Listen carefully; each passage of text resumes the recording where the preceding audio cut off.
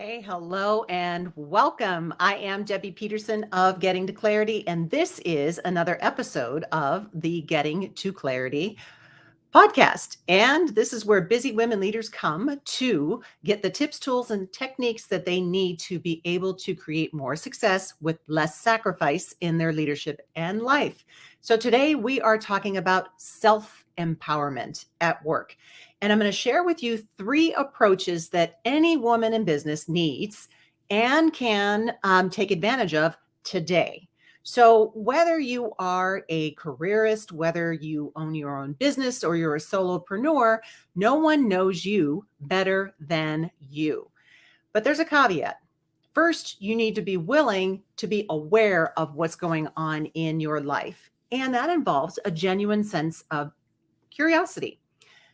And when you're in tune with this awareness or this curiosity, you start to make different decisions for yourself and you become more reliant on you than you do on external inputs.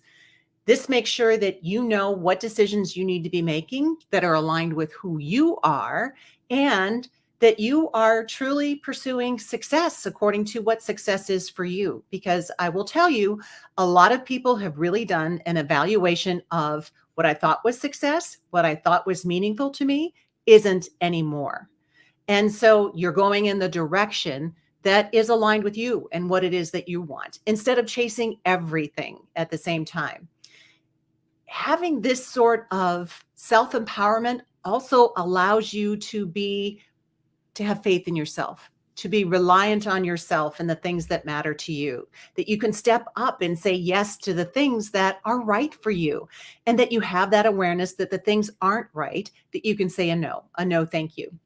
So self-empowerment is you taking charge of you. It's about saying, this is what I want for myself, and I am making positive choices and actions that are moving me in that direction.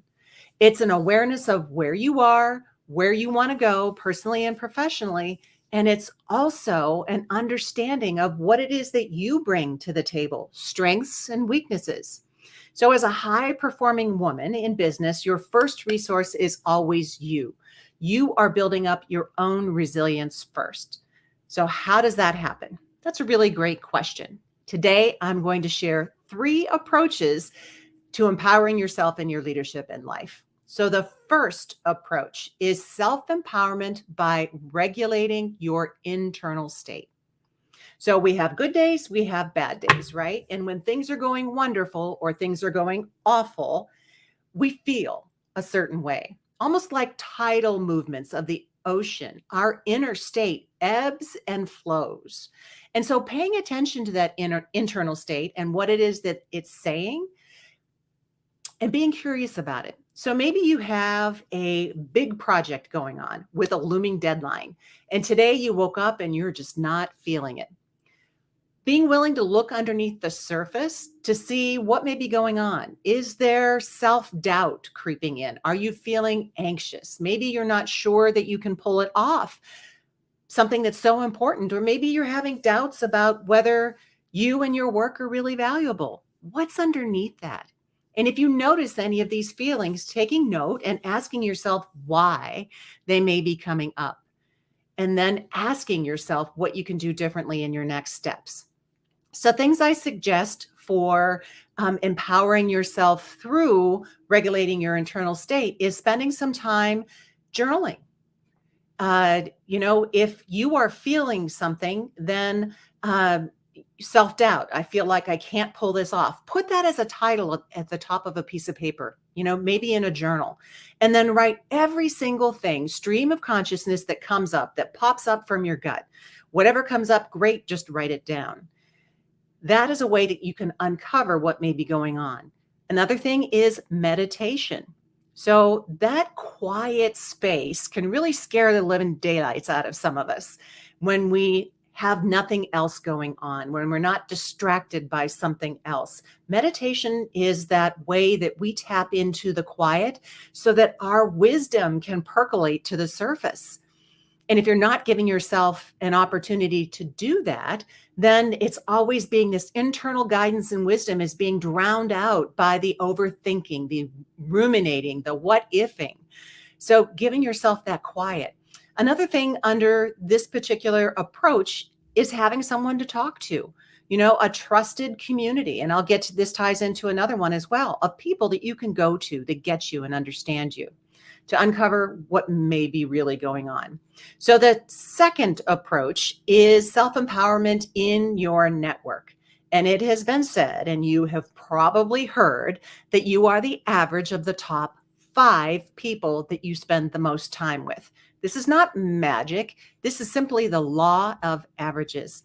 So having people that you surround yourself with that get you, that understand you, that know what you're going after, that will lift the bar for you, that will support you, not sabotage you. Because people are energetic beings. We put out energy and other people pick it up. So people that surround us put out energy and we pick it up. We're energetic beings. If you don't believe me, have you ever met someone for the first time and they just kind of creeped you out? Oh, took a step back. That's because what they were putting out, you picked up on and you were comfortable with it. Or maybe you have walked into a room and you just knew that something was going on. You walked in after the fact, you just picked up on there's some tension in here. Has that ever happened to you? So surrounding ourselves with the people that get us, that have our back, is so important to help us raise the bar. Because if we are surrounded by negative Nellies, my apologies to anyone named Nellie, but we don't use Debbie Downer for obvious reasons. If we are constantly surrounded by negativity, then it just squashes what it is that we want to do and what it is that we want to achieve. We think, why bother? It's not achievable. It's not attainable.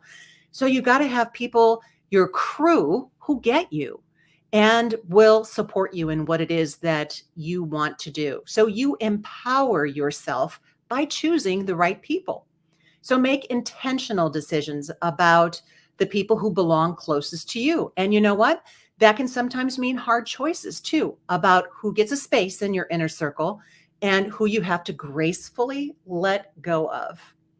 So there is a story that Brené Brown told to her daughter, and I'm going to paraphrase it, but it had to do with the people that were the friends of her daughter. And she said, I want you to picture it like this, that the people you spend time with, when they do something kind, when they do something supportive, you put a marble in the kind jar. And when people do something that is not kind or not supportive, you take a marble out of their kind jar and you put it in the not kind jar. So at the end of the day, as a visual, who are the people around you that have the most marbles in the kind jar? So looking at it that way, and, who are the people that are that positive influence? And if you don't have enough of them around you, how can you find more? You've got some vacancies in your inner circle that you can fill. The third approach I want to talk to you about when it comes to self-empowerment is self-empowerment in your feedback. And what this means is that anytime we take an action, there is a reaction. And it could be a positive or a negative consequence. Okay. But the thing is, though, even though it's a negative result, it doesn't necessarily mean that it's a bad thing.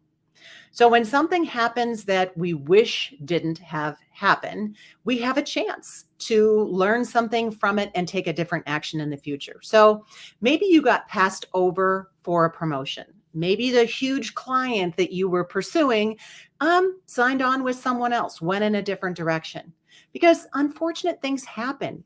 And we are meant to experience them because they are designed to help take us to the next level. And it stings. I get it. It's okay to wallow in it for the moment, whatever impossible situation that you find yourself in. But then you need to get up and dust yourself off and get back to it, because what is done is done. You only have what's in front of you. And what is it that you will do differently as a result? So if you got passed over for a promotion, I'm sure it stings.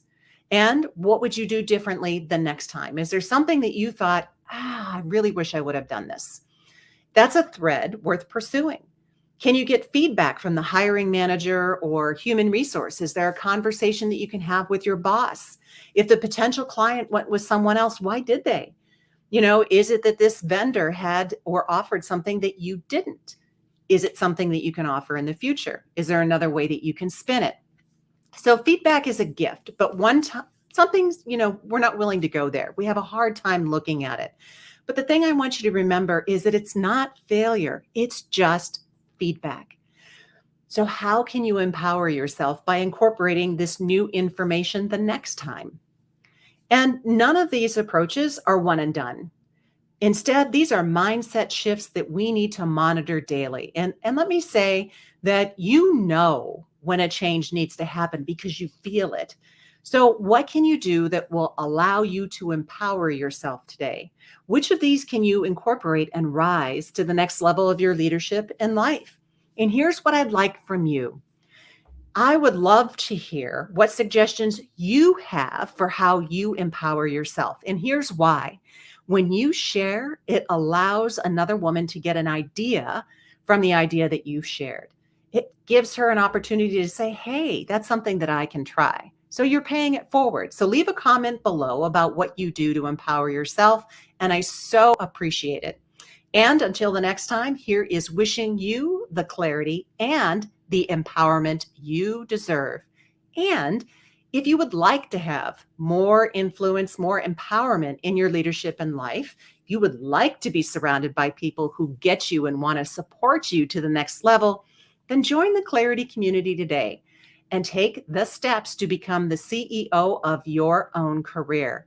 Check it out at www.theclaritycommunity.com.